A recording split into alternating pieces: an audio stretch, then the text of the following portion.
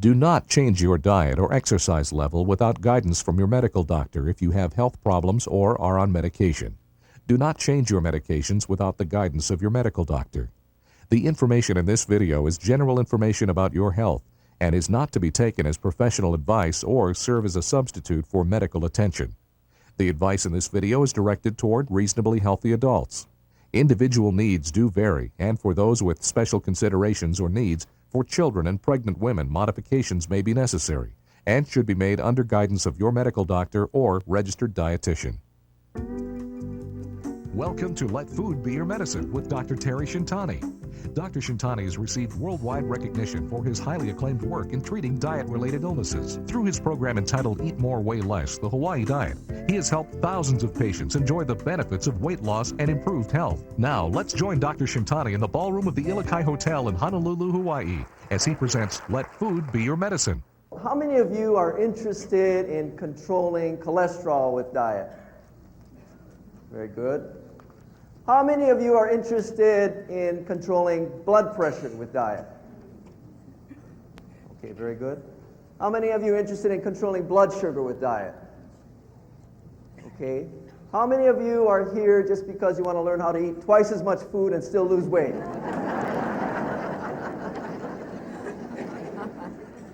Well, now I have your attention. And believe it or not, before this program is finished, I will show you exactly how to eat twice as much food and still lose weight. You know, one of the reasons I do this is because we have a healthcare system that's failing. And part of the problem is that we're not getting at the cause of the disease. And I really want you to get in the back of your head that what we're trying to do is very different than what our healthcare system is doing and what most diets do. We are trying to get at the cause of the disease, the cause of obesity. And that's why our program, I believe, works so well. Think about this now. With the exception of antibiotics, almost all the medications that we prescribe cure nothing. How many agree with that? And most of you. Do you know what I mean by that? Does high blood pressure medicine cure your blood pressure? No. Does diabetes medicine cure your diabetes? No. And the reason for that, does arthritis medicine cure your arthritis? No, it just deals with the symptoms and the side effects, and certainly you need them, there's some benefit, but you have to keep taking them for the rest of your life. There's something wrong with that, and the problem is they're not getting at the cause of the disease. And the cause of these diseases, you'll see, is bad diet and lifestyle, and that's what we're going to be talking about. In terms of obesity, the cause is not we're eating too much food. You'll find that based on a lot of studies, we're actually eating too little. Now, think about that one, and I'll explain to you what I mean. So, what this is about is getting at the cause of these problems, and so I hope you'll learn something through these slides. I'd like to call this talk, Let Food Be Your Medicine. And the reason I like to say, let food be your medicine, is because, as I mentioned to you, in most of the cases in this country, health problems are caused by bad diet. And because it's caused by bad diet, don't you think the solution should be the food itself? That's the solution that I'm proposing. I also put it up here because it's something that was stated by Hippocrates himself. And every physician took a Hippocratic oath. And everyone ought to know this, but unfortunately in medical school we don't get much training in nutrition. If 70% of the people die of nutrition and lifestyle disease, don't you think 70% of the doctors ought to be nutrition and lifestyle doctors, right?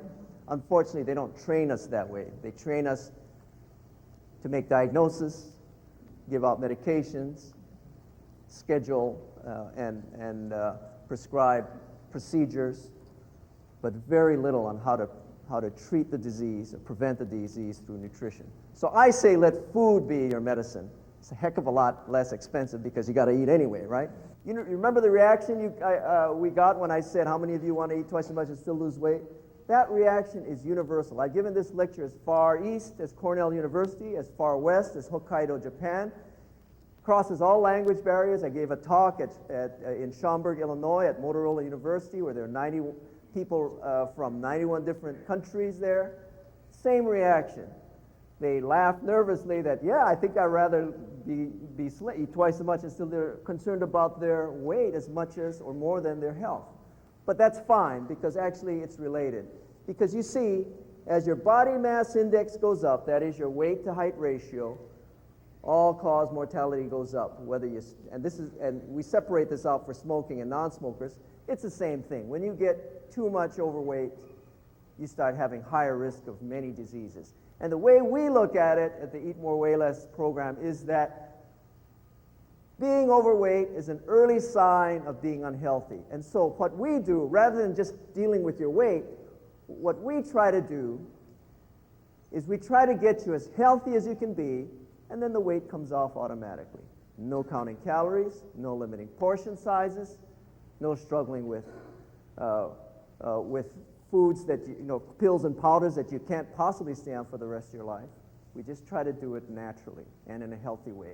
Of the 10 leading causes of death in the United States, 5 of them are diet-related or nutrition-related. The leading cause of death is heart disease. It kills about a third of us in this country. Second leading cause of death, cancer. It kills about a quarter of us. Third leading cause of death, stroke. It kills about 7% of us. And so if you add up all the nutrition-related causes of death in this country, the nutrition and lifestyle-related causes of death, it adds up to more than 70% of all causes. So don't you think it's important to know about nutrition and how to deal with diseases, not only to prevent them, but to treat them? Now, in Hawaii, we have a very important and I think very grave situation for a part of our population. I call this the Hawaiian paradox. The Hawaiian paradox is that in Hawaii, the healthiest state in the Union, the native Hawaiians have the worst health in the nation.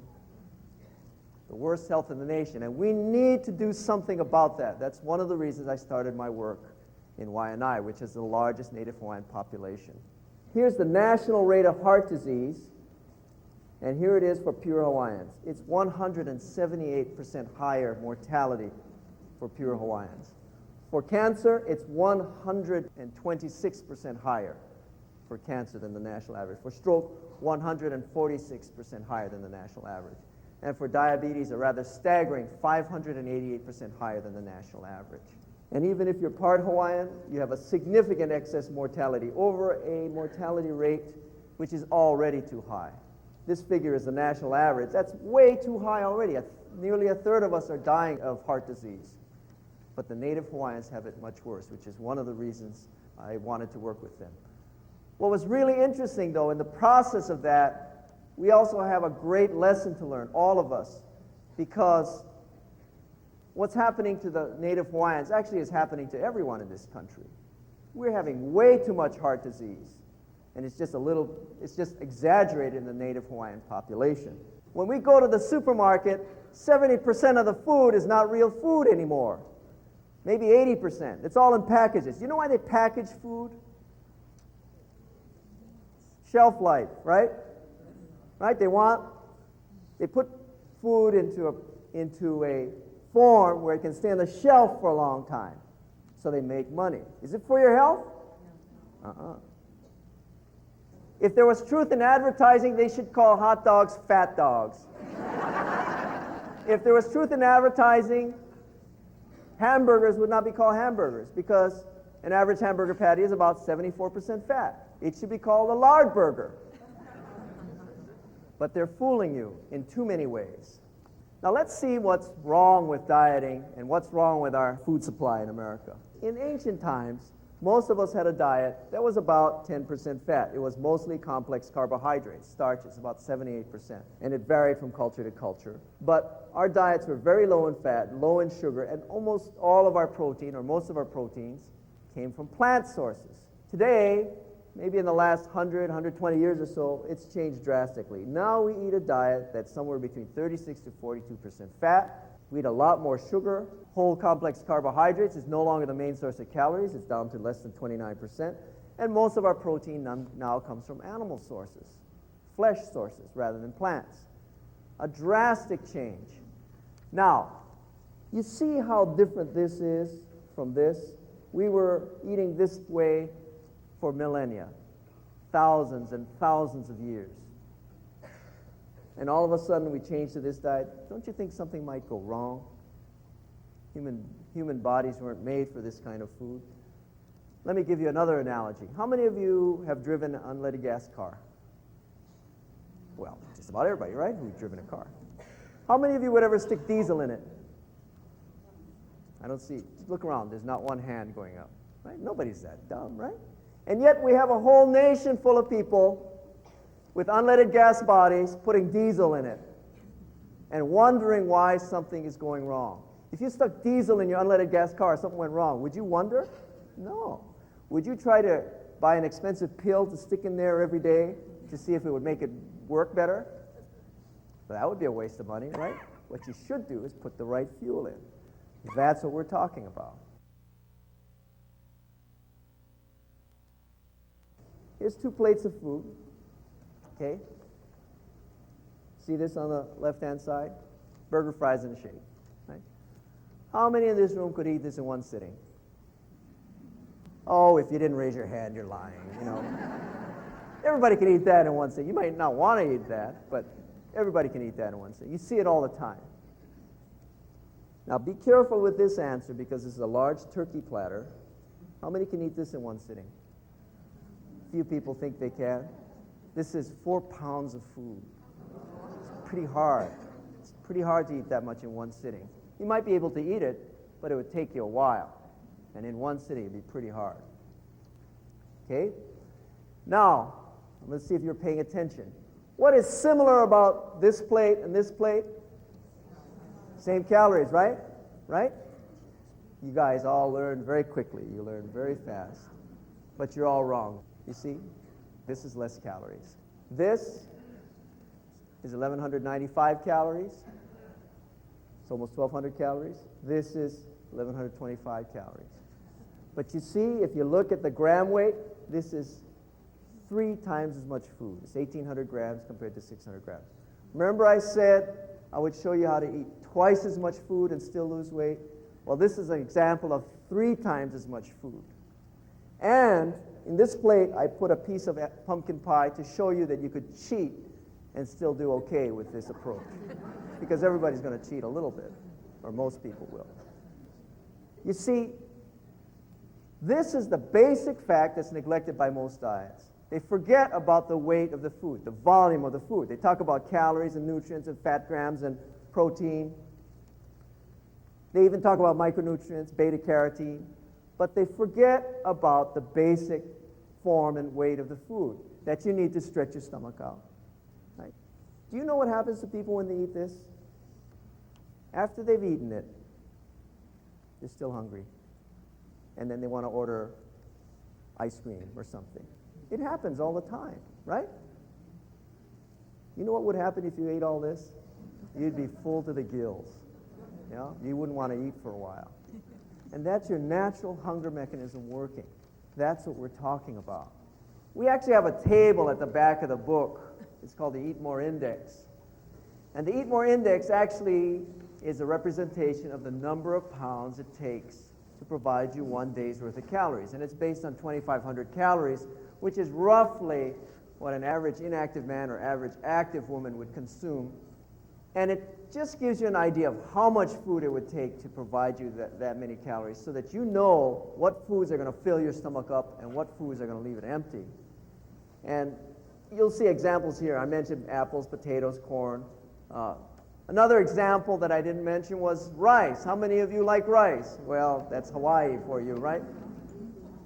But rice, it takes about 12 cups of it to provide you 1 day's worth of calories. How many people can eat 12 cups of rice? Pretty hard, right? So the Eat More Index will provide you with a way of finding those foods that will help promote weight loss and let you eat as much as you want and still lose weight. And the other point I was trying to make is that any combination of these foods, therefore, will allow you to control your weight without counting calories while eating as much as you want because it'll fill your stomach up. And here you have an example, of course. There are many different foods, and of course, the choices are unlimited. You just have to select those items that are high on the Eat More Index. But you can see here, potatoes, 9.6 pounds, corn, 6.5 pounds. But you can see if you're eating potato, 9.6 pounds, you turn it into fries, all of a sudden it takes only 1.7 pounds of it to give you 1 day's worth of calories. Now let me assure you, anyone can eat that much food. And you know what happens? Your stomach stays empty, you got to eat some more. And that's how people start gaining weight in this country. And the problem is most of our foods, our common foods, are in this low category. It doesn't fill the stomach up. So all I'm trying to get people to do is eat more food, these foods, to stretch the stomach up so you feel satisfied. The other thing is, remember I talked to you about a category of food to avoid to lose weight for good, right? Well, this is part of the answer. It's not all of the answer, because the low-fat diet's been a fad, and they find out that's not enough. Do you know why? Do you know what's the problem with just saying, oh, I just count my fat grams and that's enough? Do you know what's the problem with that? People then think it's okay to eat jelly beans and Coca-Cola and think it's a healthy diet. Hey, I'm vegetarian low-fat. What'd you eat? Jelly beans and Coca-Cola. Not very good for you. It's low-fat, but it's not the right food. EMI value of those things, by the way, are just about sugar and very low and not right for you. It won't satisfy. You'll wind up eating too many calories that way, besides the other problems with foods of that kind. But controlling fat content is very important. That's the category of food that you do want to keep low, because we eat way too much of it. When you eat a high-fat diet, you tend to have a high-fat body. When you eat a low-fat diet, you tend to have a low-fat body. But again, I said it's not enough. That's why I created that index. Here's again the 10 leading causes of death once again. Again, heart disease is the #1 killer. I just want to point out to you, though, that the #1 killer of Americans, the #3, which is stroke, and if you see down here, the #10, which is other forms of atherosclerosis, are all cholesterol-related diseases. If you add those up, you have a very significant modern epidemic. Cholesterol, you see, plugs the arteries. I think you all know that. And it depends where it plugs it, that determines what disease it turns out to be. The number of people who die of cardiovascular disease is equal to 9 jumbo jets crashing every single day. 9 today, 9 tomorrow, the next day 9 more, not just this year. 935,000 people die of cardiovascular disease a year. And most of it is preventable. There are some places in this world where cardiovascular disease mortality is 1%, which means how much of it is preventable? Most of it. Most of it. That's why I'm so insistent that people look at what they can do with their diets, because many, many, many people die unnecessarily just because they don't know that they can have some control over their health. This is cholesterol and heart disease. There's a curve here. For every 1% increase in cholesterol, there's a 2% rise in cardiovascular risk. If you drop it 1%, you drop your risk by 2%. So don't you think it's important, because it's the leading killer of Americans, don't you think it's important that we know where to find cholesterol in your diet, right? What is one simple rule you can use to find cholesterol in the diet? Somebody said fats. Well, plants have a lot of fats, but no cholesterol. The answer, someone said it, is there's a clue here. Anything that has a face on it has cholesterol in it. You see a face here? You see? A chicken has a face, it lays eggs, and that's got cholesterol. Pig has a face, you make bacon out of it, it's got cholesterol in it. You see, cholesterol is exclusively an animal product. Plants have no cholesterol. Coconuts, high fat, no cholesterol. Okay? Some fish, lower in fat, but it's still got cholesterol. Okay? Do you understand? As fat calories increase, blood cholesterol levels increase among different countries. And when cholesterol levels increase, of course, heart disease mortality also increases. It's a very direct relationship. And of course, I think you all are aware that when cholesterol deposits in the arteries, it forms what they call a plaque. When you have too much cholesterol in the blood, it deposits in the arteries, causes a plaque. What happens, though, is these plaques become what they call unstable. They're rough edges. And then when the narrowing gets so small, you see, when people get a sudden heart attack, what's happening is a clot starts forming on one of the rough edges. And so you need two events for a heart attack to occur, narrowing of the arteries, and then it gets so small that a clot forms, and it plugs the artery, and then you have a sudden heart attack or a sudden stroke. And here it is. If it happens in the heart, it's a heart attack. If it's in the brain, stroke. If it's in the abdomen, in the aorta, abdominal aneurysm. Some of you know what that means, what that is. How many of you have been told you should eat chicken and fish? Why? Lower fat, but what about cholesterol? You see, it's not much lower in cholesterol. Chicken is 88 milligrams, beef 91, fish 75 milligrams of cholesterol. You still got cholesterol there. It's still not ideal.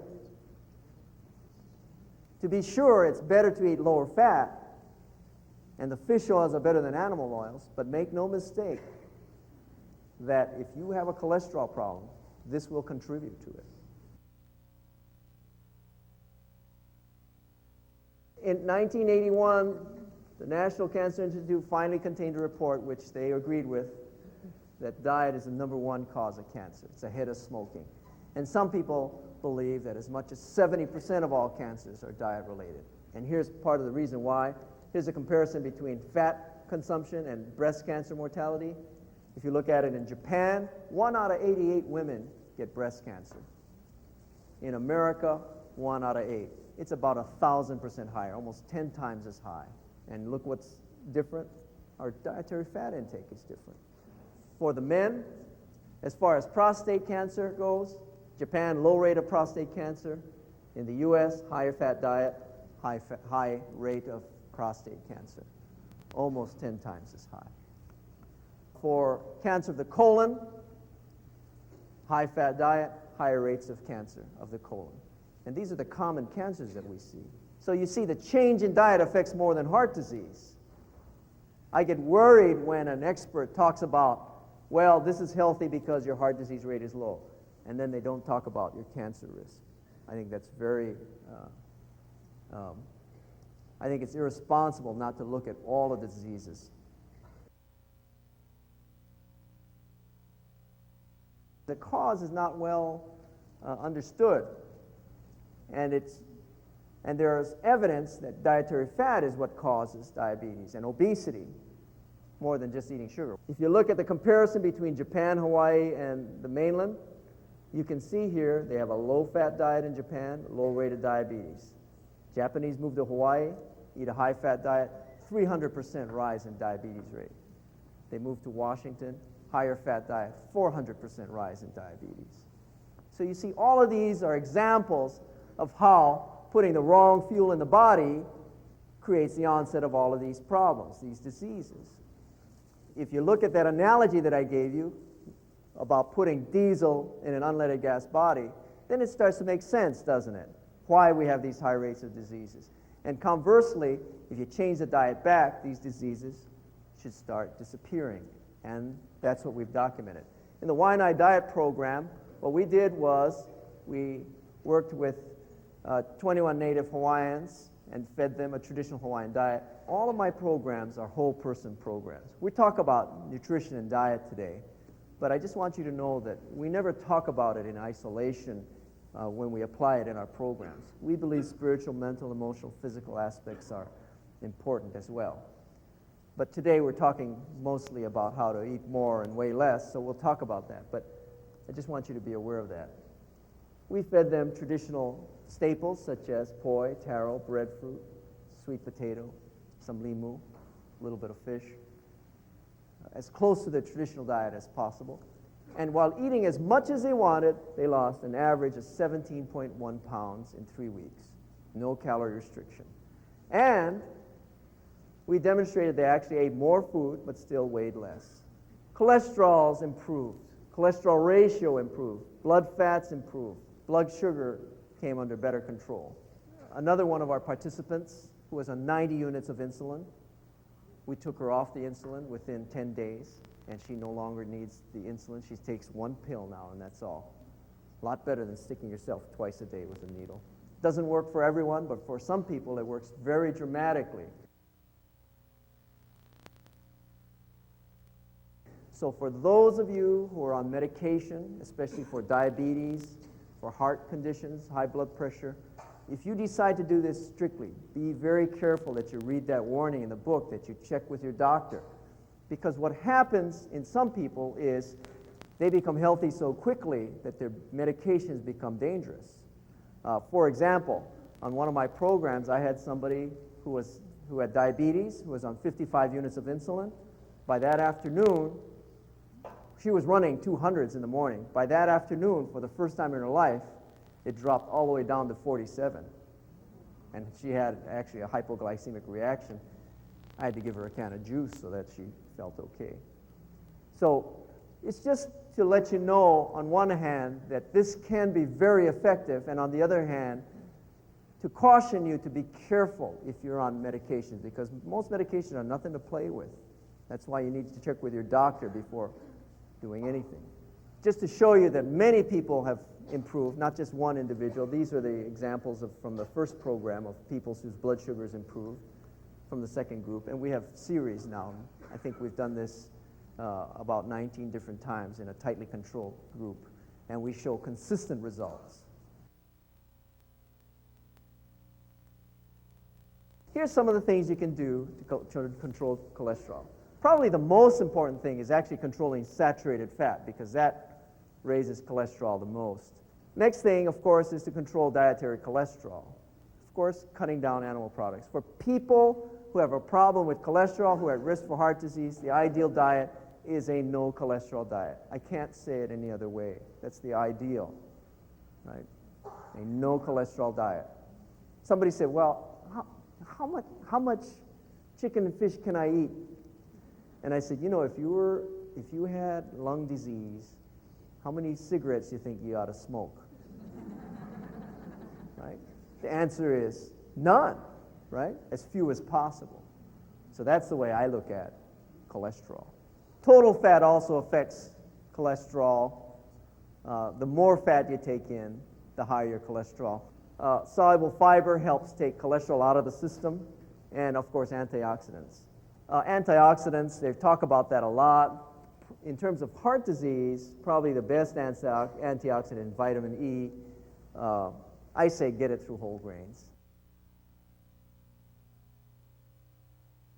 The current USDA pyramid, food guide pyramid, is an improvement over the old four food groups.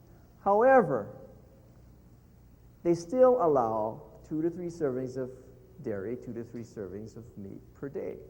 You know, if you eat 2 to 3 servings of dairy and meat per day, and if you're not totally careful that it's the non-fat dairy, and in meats you can use legumes. They put it kind of almost as a footnote. You're almost guaranteed to have a risk of heart disease. And I think it's wrong to put out information of that kind when they know that people will suffer a high risk even if they follow the pyramid as described. So I designed this. I flipped it over. I thought grains ought to be on top because I think that's the main food. They have it on the bottom. But what I did was I replaced the dairy with non-dairy calcium. I think people ought to get their calcium from greens. After all, where do you think the cow gets calcium? You see a cow drinking milk, 3 glasses of milk a day? No. So I think people ought to get their calcium from greens. And also the protein foods, I don't say meat, I say non-cholesterol protein is better. And then everything else I toss in the tip, which is optional, not necessary for health. And if once in a while you choose to have some of these treats, well, you do it once in a while, the way we did in the old days. Do you know how we know that people didn't eat meat every day? It's a very interesting nutrition anthropology fact. Do you know how we know people didn't eat meat all the time? No refrigeration. Right? Right? If you have no refrigeration, how are you going to eat beef every day unless you go out there and slaughter a cow every day? Because it won't stay fresh. And they might have dried some beef, but they eat it more as condiments, small amounts. How much dried beef can you eat anyway? Yeah, the great bulk of their food came from whole grains, vegetables, fruit, legumes, that kind of thing.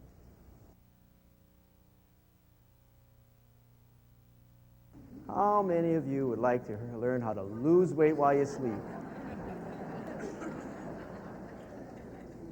Losing weight while you sleep has to do with there are 4 factors. One of them is not dieting. You know what I mean by that? When people diet, the metabolic rate goes down. Then you're fighting yourself. So I say, don't diet, at least in the conventional sense of the word, by eating small, starving yourself. Because what happens is the body is very smart. It says, hey, wait a minute, we're not getting enough food. We better start burning less. And that actually happens. So one point is, don't diet in that conventional sense of the word. Rely on using real foods and lose weight that way. Second thing is, remember I was talking about high carbohydrate versus low fat diet? Did you know that when you eat a high carbohydrate diet, you burn calories faster than you do if you eat a high fat diet? You see, there's a built-in phenomenon to eating the way that I recommend that actually causes you to burn calories, even at night while you're resting, faster than you would if you ate a high fat diet. Third thing is probably, you might have guessed, has to do with exercise. You see, it's not as important, if you run a mile, you probably burn about the equivalent of an apple or two. Not very much. You think, God, it's not fair. If I'm going to burn off a hamburger, for 400 or 600 calories, I got to run 6-8 miles. That's pretty rough. But the point is, if you do it a certain way regularly, at least every other day, what happens is the rate at which you burn calories, even while you're sleeping, increases. And it actually helps you lose weight while you sleep. And it's documented. These are basal metabolic rates that are higher even at night. So those are 3 factors. And the 4th factor is, and this is tougher for women because they're not used to doing this, but muscle burns calories much faster than fat. So it's not just dieting, and it's not just doing aerobic exercise, because aerobic exercise will kick your metabolic rate up. But strength exercise, what that does is it produces muscle, or at least it lets you retain your muscle. As we age, we start losing muscle mass, more because we don't use it as much. If we keep using it, when I say resistance exercise, I'm talking about lifting weights. And you don't have to, be a power lifter. Just do more exercise where you involve strength. You keep your muscle mass on, it burns calories faster. And if you're going to weigh, if you're going to have 10 pounds of weight on you, you sure rather have it be muscle because it'll burn calories even while it's resting, even while you're sleeping. So that's what I mean by learn how to lose weight while you sleep. So do you see how the principle works? It's very simple. We just pick foods that fill us up. Then you eat as much as you like. You feel satisfied. And by the time you have to eat again, right, you haven't had enough calories to gain weight. And then you're satisfied. And people can do this for long term. There are many ways to lose weight. Some of them are healthy, some of them are unhealthy. The difference between many of the weight loss programs and ours is that we started off not as a weight loss program, but as a health program. We were trying to get people well. And what we noticed was that in the process of truly becoming healthy, the weight came off automatically. And the part of the beauty of this program is that you don't have to question whether it's healthy because it started out being a health program. What we realized in our program was that obesity is an early sign of being unhealthy, and therefore when we work on people's health, the weight comes off automatically. That's the way we like to deal with things, because if you do it in any other way, you run the risk of causing people to lose weight in an unhealthy fashion. And that's something that most other weight loss programs have not documented. That is the healthfulness of their program in many, many different ways, including cholesterol, blood pressure, diabetes, and other health problems. For more information about Dr. Shintani's program or for additional products, call 1-800-406-5656. Or you can visit our website at www.hawaiidiet.com.